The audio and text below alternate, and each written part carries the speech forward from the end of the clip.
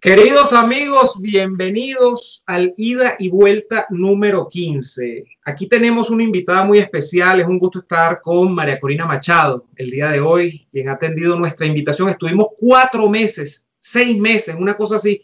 Tenemos años tratando de hablar con María Corina Machado y hoy ha atendido nuestra invitación. No, mentira. María Corina siempre, afortunadamente, está allí para cuando uno le quiere preguntar algo, y hoy está en nuestra edición número 15 de Ida y Vuelta. María Corina, un abrazo, bienvenida. Hola, encantada de estar con ustedes, Neomar y joven, un placer.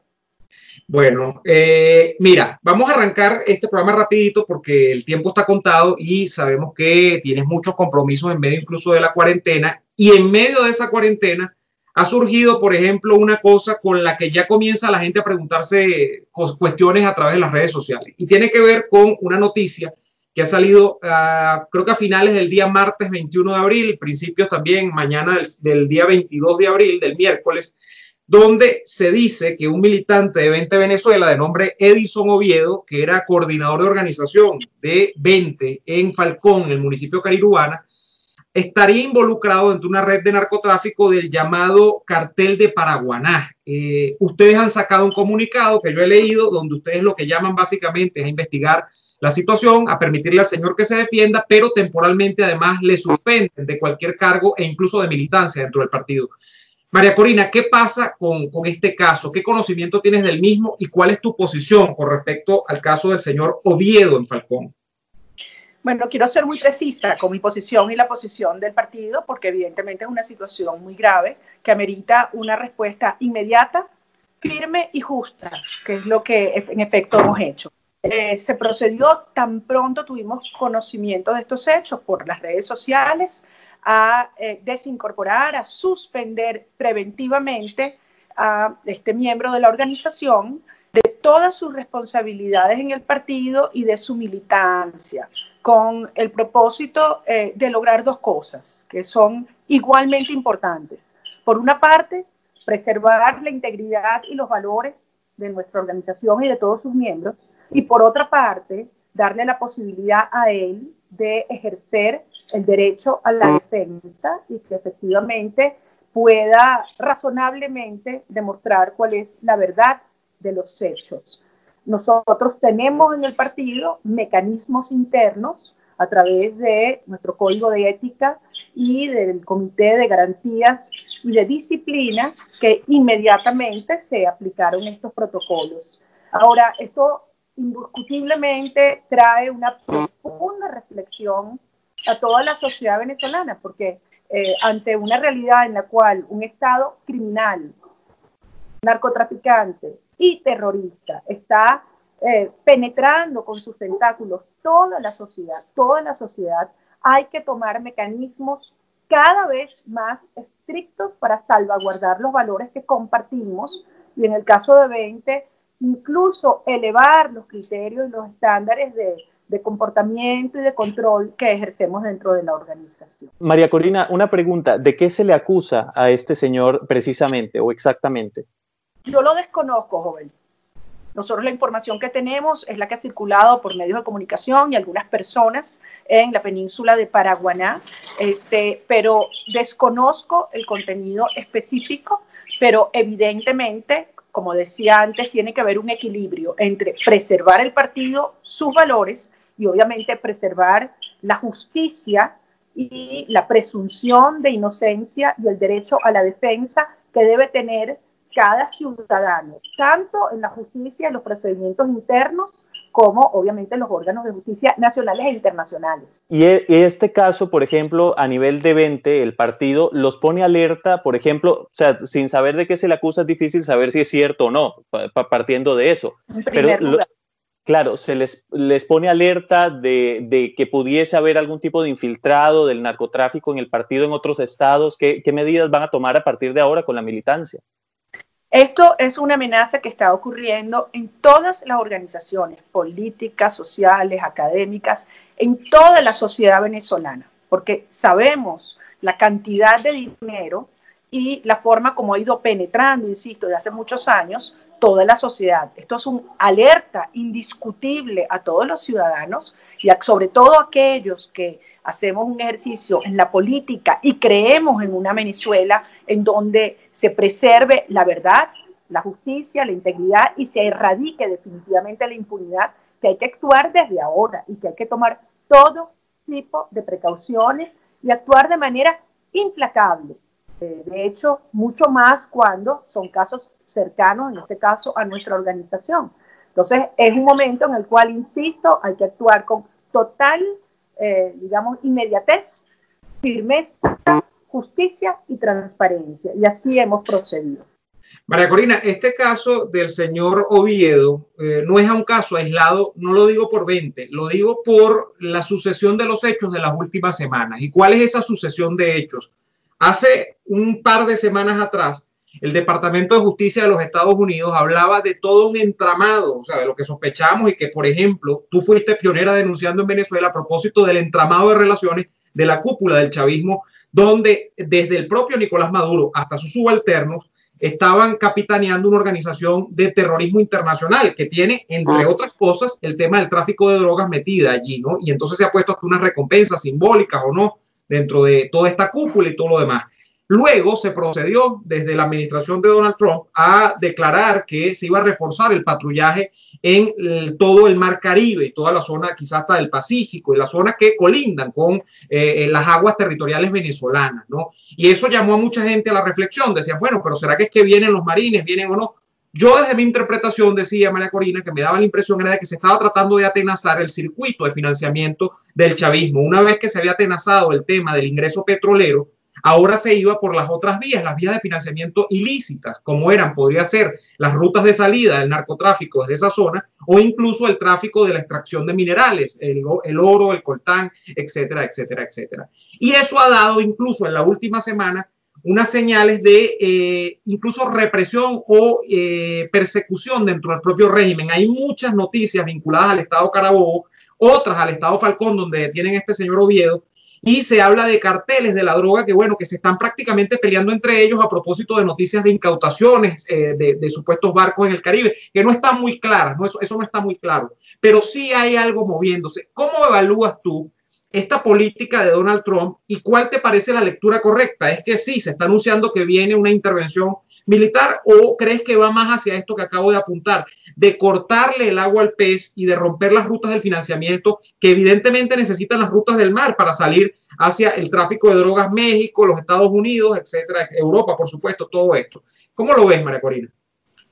Mira, Neomar, este planteamiento es medular. Efectivamente han sido muchos años tratando de explicar al mundo que la naturaleza del régimen que se conformaba en Venezuela no tenía precedentes. O sea, esto no es un problema de un sistema autoritario, ni siquiera de una dictadura. Un sistema autoritario tú puedes abordar una vía diplomática y presión política. Un sistema dictatorial, bueno, mira, se producen quiebres en la estructura militar y hay cambios. Y por eso yo creo que de manera errónea se ha pensado que esto es un problema simplemente de que las Fuerzas Armadas le quiten el poder o el apoyo al sistema criminal que existe en Venezuela. Esto es otra cosa. Porque en Venezuela ha convergido el crimen organizado internacional, que tiene entre sus variantes el narcotráfico, con el terrorismo internacional.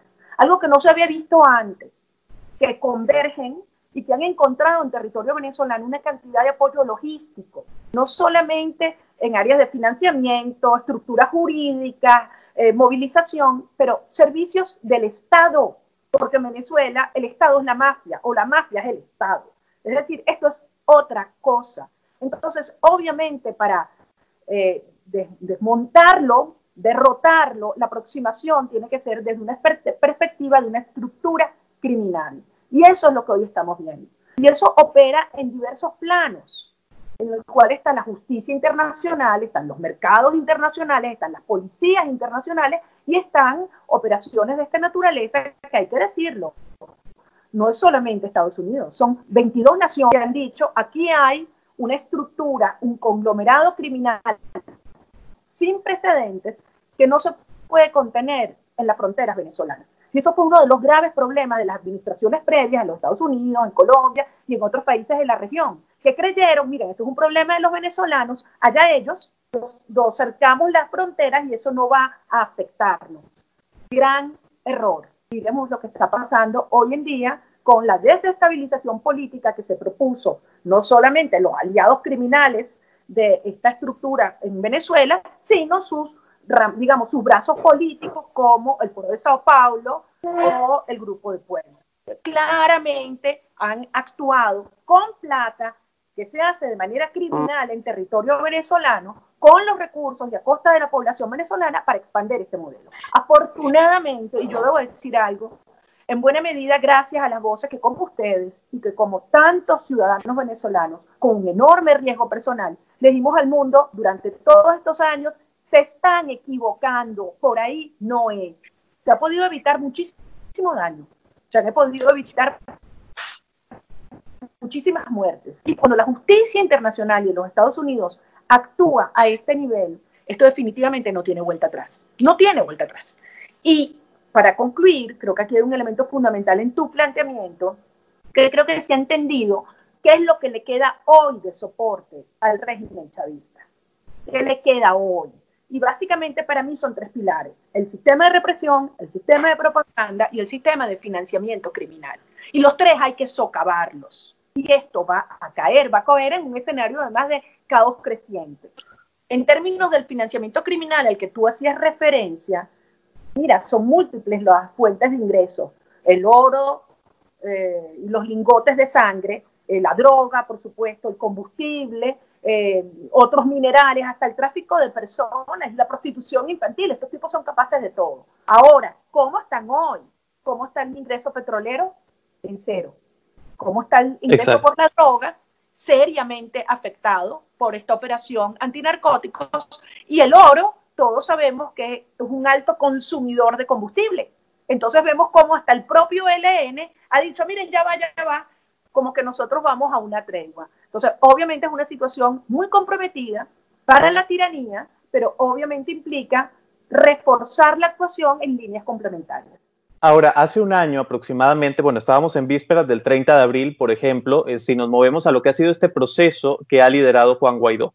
¿Qué significa para María Corina un año después? Porque recuerdo que tuvimos una conversación más o menos en julio, nosotros tres, y había una frase concreta en la que decías, aquí hay que hacer el trabajo, aquí hay que buscar la manera de que la comunidad internacional entienda que necesitamos que haya una acción concreta en contra de un Estado criminal. Una amenaza creíble. Ese ha sido el planteamiento que yo he escuchado básicamente desde el año pasado.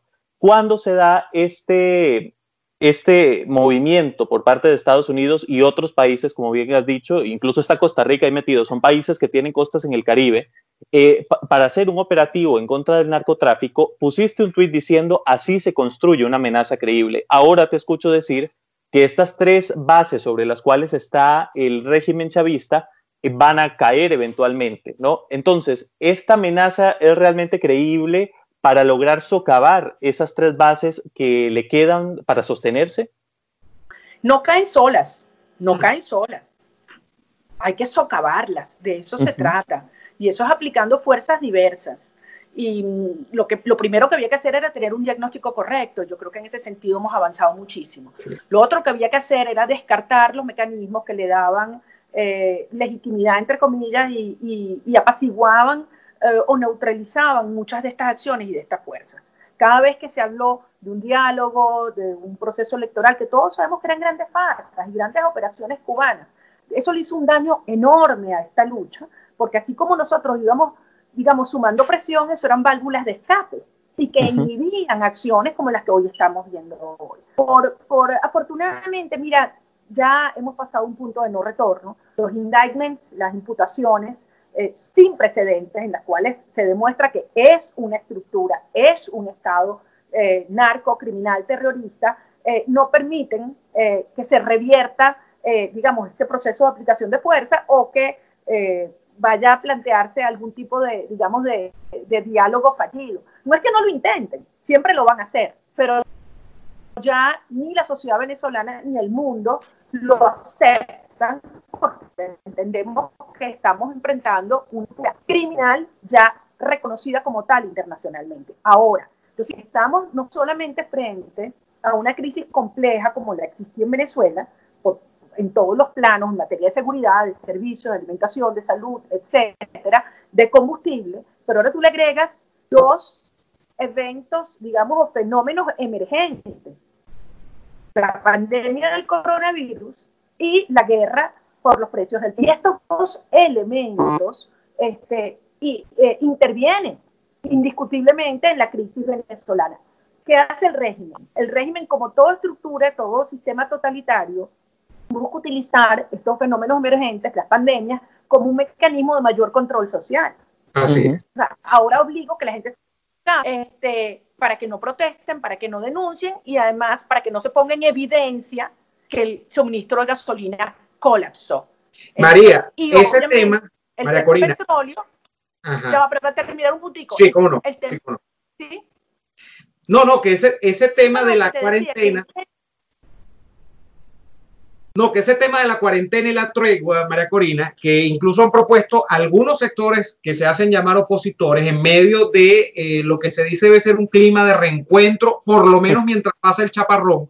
Me gustaría que lo discutiésemos después de este corte. En el enlace que dejamos abajo está la segunda parte de esta conversación donde vamos al tema de la tregua. ¿Es posible una tregua? Porque, bueno, nos olvidamos de todo lo que hizo el chavismo en 20 años. 2 meses fueron necesarios solamente para que pusiésemos de acuerdo a una gran cantidad de sectores políticos del país, porque el país está primero, dicen algunos. Bueno, eso lo vamos a hablar con María Corina y lo seguimos hablando luego de este corte en la segunda parte de la conversación. Está acá abajo en el enlace de la descripción.